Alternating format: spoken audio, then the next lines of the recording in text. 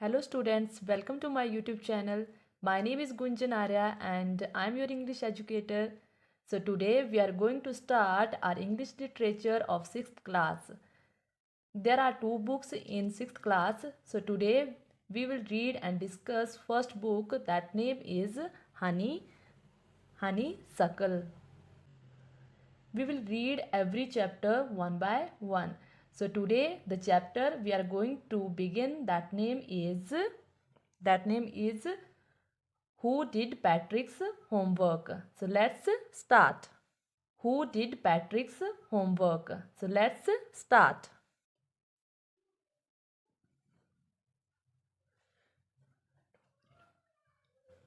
Before you read, discuss in class. Do you like homework? अच्छा बच्चों, आप बताइए, क्या आपको होमवर्क करना अच्छा लगता है? Do you do it your self? और क्या जो होमवर्क आपको दिया जाता है वो आप अपने आप करते हो? और डू यू गेट हेल्प, या आप किसी की हेल्प लेते हो? What homework do you usually have, और किस टाइप का होमवर्क जो है आपको डेली मिलता है? आप इन क्वेश्चंस के आंसर मुझे कमेंट बॉक्स में दे देना। तो चलिए स्टार्ट करते हैं हमारा आज का चैप्टर, हु डिड पैट्रिक्स होमवर्क। अब आप सारे स्कूल जाते हैं, सभी 6th क्लास में पढ़ रहे हैं, तो आपको होमवर्क भी मिलता होगा। तो आप ही की तरह एक यहाँ पर भी एक बच्चा है जिसका नेम है पैट्रिक, और उसको भी होमवर्क दिया जाता है। तो अब देखते हैं, हम इस चैप्टर में पढ़ेंगे कि पैट्रिक का होमवर्क कौन करता है। आप लोग भी बताना कि आपका कोई होमवर्क करता है घर में या आप खुद करते हो। तो चलिए स्टार्ट करते हैं। Patrick never did homework, too boring he said. It's too boring बोलते कि ये तो बहुत ही ज़्यादा बोरिंग होता है, इसलिए वो कभी भी अपना होमवर्क नहीं करता है। He played hockey and basketball and Nintendo instead. अब वो होमवर्क करने की बजाय कौन सी चीज़ें करना ज़्यादा पसंद करता है? कि वो हॉकी खेलना पसंद करता है, बास्केटबॉल और निटिंडो गेम खेलना बहुत ही ज़्यादा पसंद करता है, सिवाय कि होमवर्क करने के। अब यहाँ पे आपने शब्द देखा कि निटिंडो, तो निटिंडो एक वीडियो गेम्स है जो कि मोबाइल पर मे बी आप लोगों में से कुछ जानते होंगे। तो ये एक वीडियो गेम होती है जो कि आजकल आई होप आप सारे ही पसंद करते होंगे वीडियो गेम खेलना। His teachers told him, Patrick, do your homework or you won't learn a thing. अब उसके जो टीचर्स थे वो हमेशा बोला करते थे उसको कि पैट्रिक अपना जो होमवर्क होता है उसको कर लिया करो, नहीं तो तुम कुछ भी नहीं सीख पाओगे। तो ऐसा होता भी है, क्योंकि जब हम होमवर्क करते हैं तो उस टाइम हमें जो है वो बहुत सारी चीज़ें आ जाती है, क्योंकि हम जैसे ही लिखते हैं तो वो सारी चीज़ें हमारे माइंड में दोबारा से चलती रहती है, जो कि हमारे माइंड में रह जाती है। And it's true sometimes he did feel like an ignoramus. और ऐसा हुआ भी, क्योंकि कई बार तो वो ऐसा फील करता था, जैसे इग्नोरमस का मतलब होता है कि अपने आप को जैसे जिस इंसान में कम नॉलेज होता है, और वो जब सभी लोगों के बीच में अगर उससे कुछ क्वेश्चन पूछ लिया जाए तो फिर खुद को लगता है ना कि यार मुझे तो बहुत ही कम नॉलेज है। तो इग्नोरमस का मतलब होता है कि जिसके पास कम नॉलेज हो। But what could he do, he hated homework. परंतु वो कर भी क्या सकता है, क्योंकि उसे होमवर्क करना बिल्कुल भी अच्छा नहीं लगता है। Then one day he found his cat playing with a little doll and he grabbed it away.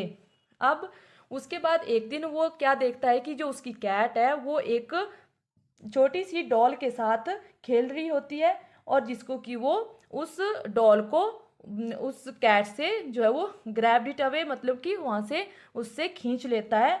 To his surprise it wasn't a doll at all. और सरप्राइज की बात तो वो हुई कि वो कोई भी ऐसी डॉल वॉल कुछ भी नहीं थी, but a man of the tiniest size. परंतु एक आदमी होता है जो कि बहुत ही छोटे साइज में होता है, मतलब कि बहुत ही छोटा होता है वो।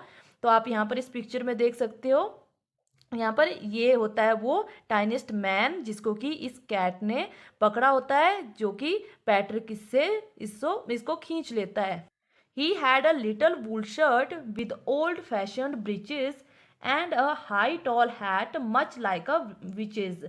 अब वो जो आदमी था उसके बारे में बताया गया है कि वो आदमी जो था उसने एक वूल शर्ट पहनी हुई थी छोटी सी, और साथ में ओल्ड फैशन जो एक ट्राउजर्स होता था वो पहना हुआ था, और उसके साथ एक बहुत ही लंबी करके वो हैट पहनी थी, जो लंबी जो कैप जैसी होती है वैसी पहनी थी जैसे कि जादूगर पहना करते हैं। He yelled, save me, don't give me back to that cat. अब वो जोर से चिल्लाता है, वो टाइनिस्ट मैन बोलता है कि सेव मी, मुझे उस कैट के पास वापिस मत भेजो। I will grant you a wish, I promise you that. अब वो बोलते हैं कि मैं आपकी एक विश पूरी कर दूंगा अगर तुम मुझे उसके पास वापिस नहीं भेजोगे, तो इसका मैं प्रॉमिस करता हूँ। अच्छा, अब आप लोग बताओ ऐसी कौन सी जो विश हो, देखते हैं कि ऐसा क्या मांगता है पैट्रिक और ऐसा क्या देता है वो टाइनिस्ट मैन पैट्रिक को। Patrick couldn't believe how lucky he was. अब पैट्रिक को विश्वास नहीं हो रहा था कि वो कितना लकी है, क्योंकि उसे तो मतलब एक विश मांगने को मिल गई। Here was the answer to all of his problems. अब यहाँ पर उसे अपनी सारी प्रॉब्लम्स का जो है वो आंसर मिल गया। क्या थी उसकी प्रॉब्लम? उसकी तो एक ही प्रॉब्लम थी ना कि वो होमवर्क नहीं करता था, उसे बिल्कुल अच्छा नहीं लगता था होमवर्क करना। So he said, only if you do all my homework till the end of the semester, that's 35 days। अब पैट्रिक ने क्या बोला कि हाँ हाँ मैं तुम्हारी हेल्प तो करूँगा, परंतु सिर्फ एक ही शर्त पर, अगर तुम मेरा सारा होमवर्क इस सेमेस्टर के ख़त्म होने तक मेरा सारा होमवर्क जो है तुम करोगे तो मैं तुम्हारी हेल्प कर सकता हूँ। If you do a good enough job I could even get A's. और अगर पैट्रिक बोलता है कि अगर तुमने अच्छे से काम किया, अच्छी जॉब की, तो क्या पता मुझे ए ग्रेड मिल जाए। The little man's face wrinkled like a dish cloth thrown in the hamper.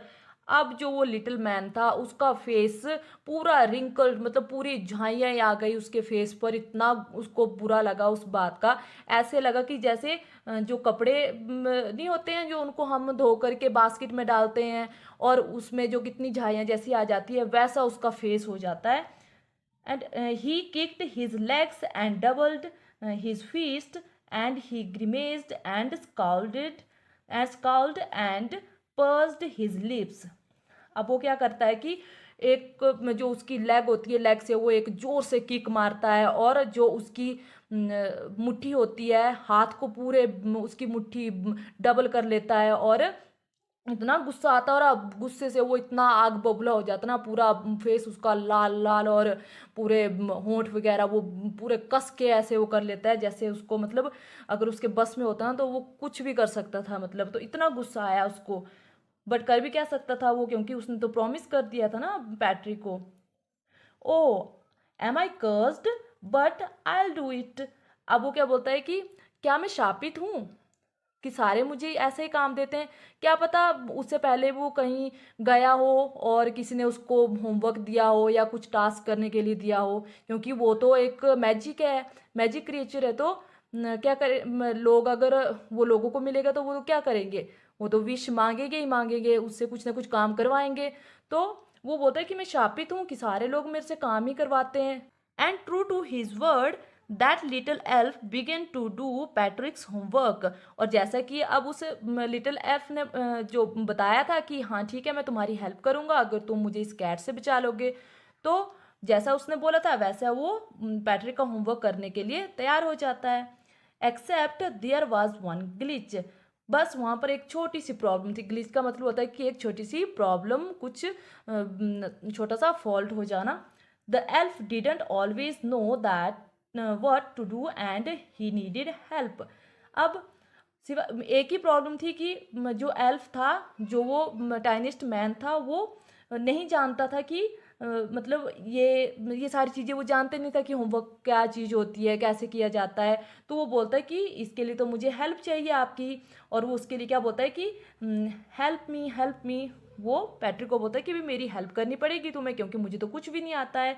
He would say, वो ऐसा बोलता है कि मुझे तो भाई ऐसा कुछ भी नॉलेज नहीं है, तुम मुझे हेल्प करोगे तो मैं तुम्हारा होमवर्क जो है वो लिख दूंगा।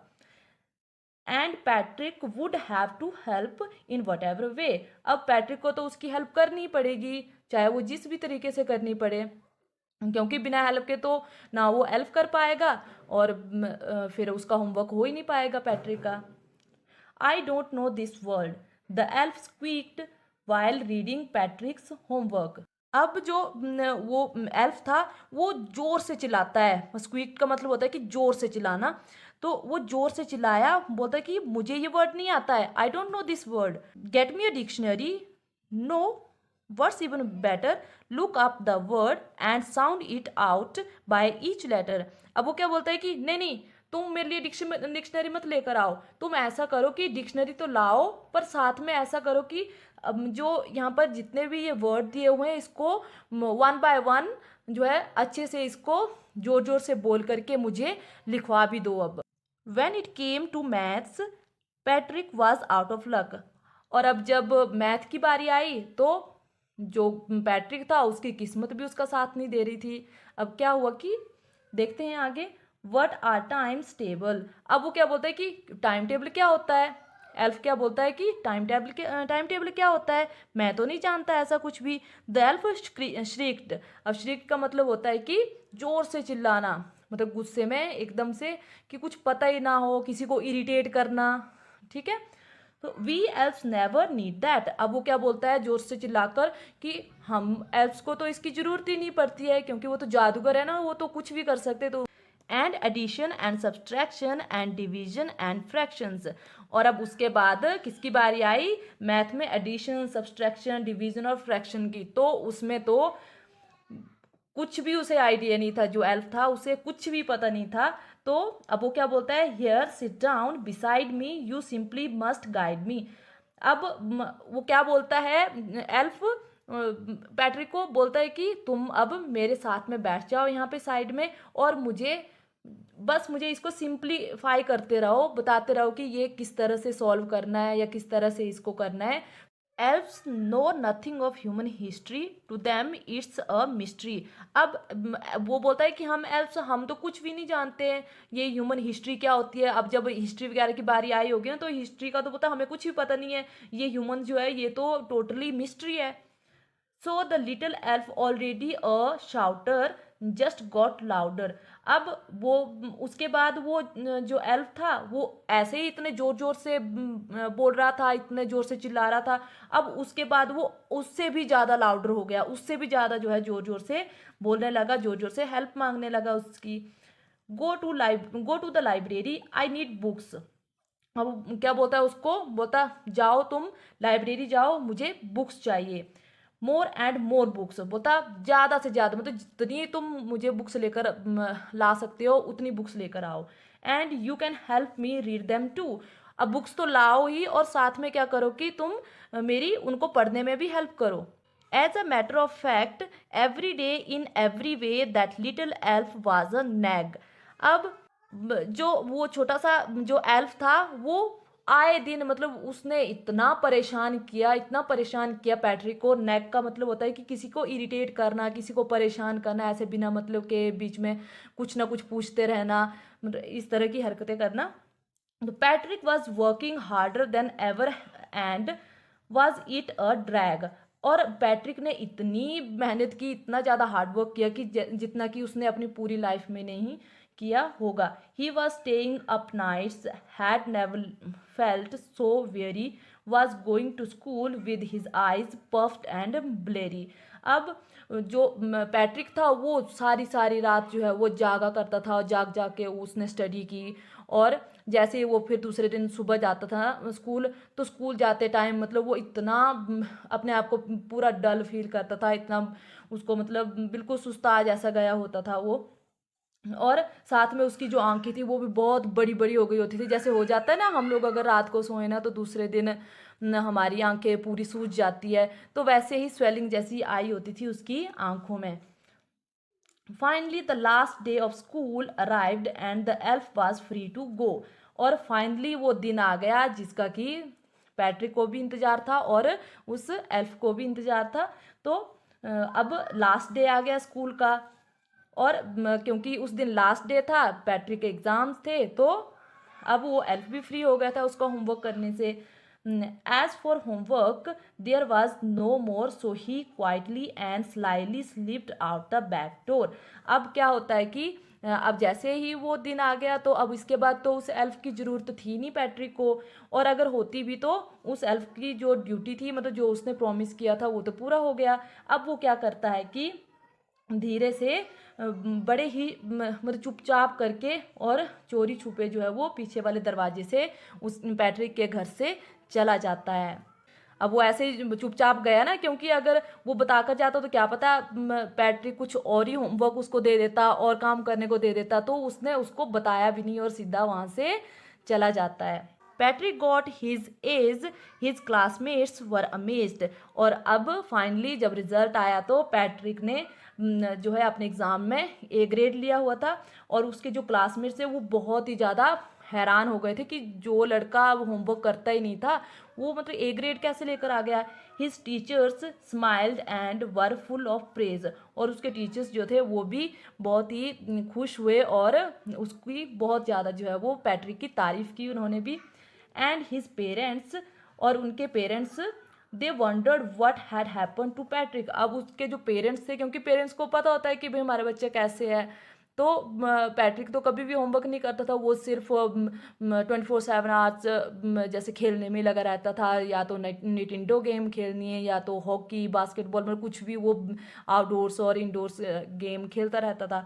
He was now the model kid. अब वो क्या हो गया था, एक मॉडल किड बन गया था कि सारे लोग जो है उसका एग्जाम्पल दिया करते थे कि देखो देखो पैट्रिक की तरह बनो आप भी, क्योंकि वो ए ग्रेड लेकर आया हुआ है। Clean his room, did his chores, was cheerful, never rude, like he had developed a whole new attitude। अब वो ऐसा मॉडल किड बन चुका था कि वो अपना जो रूम था वो भी हमेशा क्लीन रखता था, और अपने सारे जो उसके डेली के चोर्स होते थे, डेली का जो भी काम दिया जाता था उसको वो सारा करता था, और बहुत ही ज़्यादा खुश रहता था, किसी के साथ भी कोई बदतमीजी नहीं करता था। और अब मतलब ऐसा लगता था कि उसने जैसे कुछ नया ही एटीट्यूड जो था वो डेवलप कर लिया था, क्योंकि पहले जो पैट्रिक था मतलब सिर्फ अपनी गेम में लगे रहना और किसी से ढंग से बात ना करना, ये सारी जो हैबिट्स थी वो उसमें थी, परंतु अब इसके बाद जो था वो बिल्कुल ही चेंज हो गया था। तो अब वो सच में ही एक मॉडल किड बन गया था।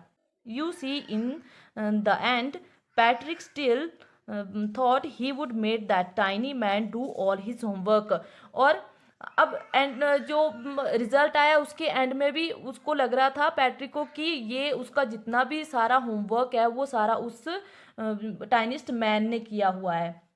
But I share a secret just between you and me. परंतु जो जो चैप्टर के इस स्टोरी के जो राइटर हैं वो बोलते हैं कि ये सीक्रेट जो है हमारे और आपके बीच में रहेगा, ठीक है। तो राइटर क्या बोल रहे हैं कि it wasn't the elf, Patrick had done it himself. ये कोई उस एल्फ ने नहीं किया था, जितना भी पैट्रिक का होमवर्क था वो सारा पैट्रिक ने खुद किया था। क्यों किया था, अब आपको स्टोरी पढ़ने के बाद आपको लग ही गया होगा पता कि ऐसा क्यों बोल रहे हैं जो राइटर हैं। क्योंकि जब उसने उसको टास्क दिया पैट्रिक ने एल्फ को, तो उस टाइम क्या हुआ कि अब एल्फ को तो कुछ भी नहीं आता था, तो उसने हेल्प करने के लिए पैट्रिक को ही बोला था कि आप मेरी हेल्प कर देना। तो पैट्रिक तो था जो सारी सारी रात भर जाग करके वो सारा डिक्शनरी लाता था, सारी सब्सट्रैक्शन मल्टीप्लिकेशन सब कुछ वो वही कर रहा था, वहाँ पर वर्ड मीनिंग दे रहा था सारा कुछ। तो वो सारा जो होमवर्क था वो पैट्रिक ने खुद किया था, जिसकी वजह से उसे एग्ज़ाम में भी ए ग्रेड मिल गया था। अब ये जो स्टोरी है ये लिखी है कैरल मूरे ने, ठीक है। कैरल मूरे ने ये स्टोरी लिखी है और आई होप आपको बहुत ही ज़्यादा अच्छी लगी होगी, आपने इंजॉय किया होगा। तो हमें इससे एक सीख ऐसे भी मिलती है कि हमें जो है अपना जो भी होमवर्क मिलता है वो हमें खुद करना चाहिए, जिससे कि क्योंकि हम जब लिखेंगे तो हम लिखते टाइम जो है हमें खुद भी चीज़ें लर्न हो जाती है, जिससे कि हमें बाद में वो चीज़ें हमारे माइंड में रहती है, तो वो बाद में जब हमें लर्न करना हो तो उसमें भी हेल्प करती है। सो ठीक है स्टूडेंट्स, आज के लिए इतना ही। लगता है आज ज़्यादा टाइम हो गया। क्योंकि ये बीच में छोड़ने वाली भी नहीं थी ना, तो हमने ये पूरा चैप्टर एक साथ ही कवर कर लिया। अब अगर इसमें आगे जो स्टोरी होंगी अगर वो थोड़ी ज़्यादा लेंथी होगी तो हम 2 वीडियो में इसको कन्वर्ट कर देंगे। तो ये bye bye, take care. I hope आपको अच्छा लगा होगा, और अगर अच्छा लगा है तो आप मेरी वीडियो को लाइक, सब्सक्राइब और मेरे चैनल को सब्सक्राइब कर देना, और मेरी वीडियोस को लाइक करना, अपने फ्रेंड्स के साथ शेयर करना, और जो भी आपको अच्छा लगा, जो अच्छा नहीं लगा उसका आप मुझे कमेंट बॉक्स में कमेंट कर देना, जिसको कि मैं आगे आने वाले टाइम में सुधार सकूं। ठीक है।